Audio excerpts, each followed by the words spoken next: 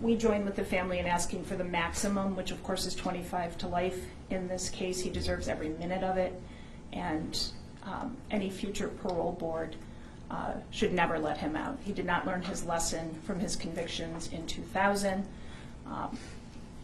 He takes no responsibility for his actions whatsoever.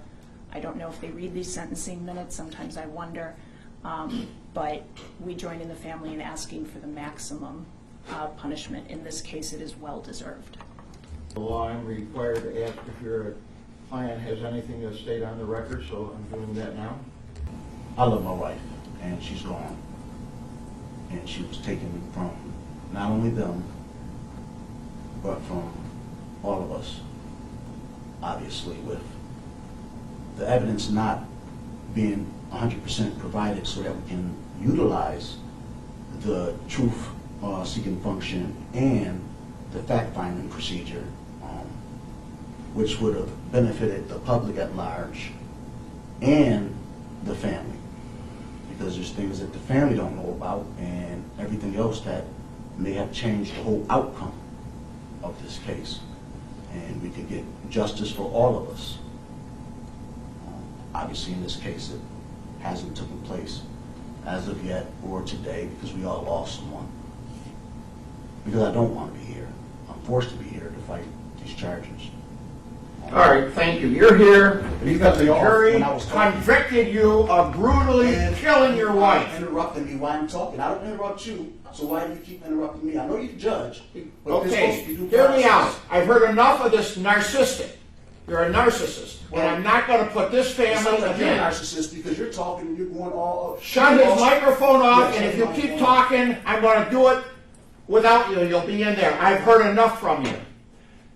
You killed your wife. A jury of 12 convicted you. A white jury that did not have any black jurors on there, and that's not law. That is a setup. So you want to send me out there, I go out there, but you know what the law is, and you haven't followed it. And neither has you, and neither has you. All right. Everybody sat here and Hear me out. Shut up. I'm not going to shut up. Get him out of here. Get him out of here. I want to apologize to these children. And I'm so sorry for some reason your mother ever ran into this guy. I wanted to tell him, but I couldn't take it anymore.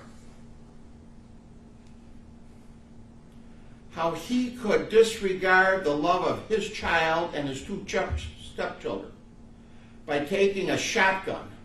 And what I heard at this trial, he missed the first shot. He blew her finger off and, from my understanding, hit her shoulder. He could have stopped. And I want to tell him that, but it wouldn't have done any good. So, unfortunately, under the law, I cannot send him to jail for the rest of his life without any chance of parole. But I will give him the maximum because if anybody deserves it, he does. It is a judgment of this court that upon his conviction for the crime of murder in the second degree, that he be sentenced to an indeterminate term of imprisonment which will have a maximum of life. The court hereby imposes a minimum of 25 years plus the maximum fine of $5,000. 3 counts of endangering the welfare of a child, he is fined the maximum $1,000 for a total of $3,000. There's 30 days on which to file a notice of appeal, and I will write a letter. I want the family to know. I will write a letter to the parole board using the strongest language possible that he never ever sees the light of day. That concludes the sentencing. He did that in front of his children after having been found guilty of taking the life of the children's mother, and then proceeds to act like that in court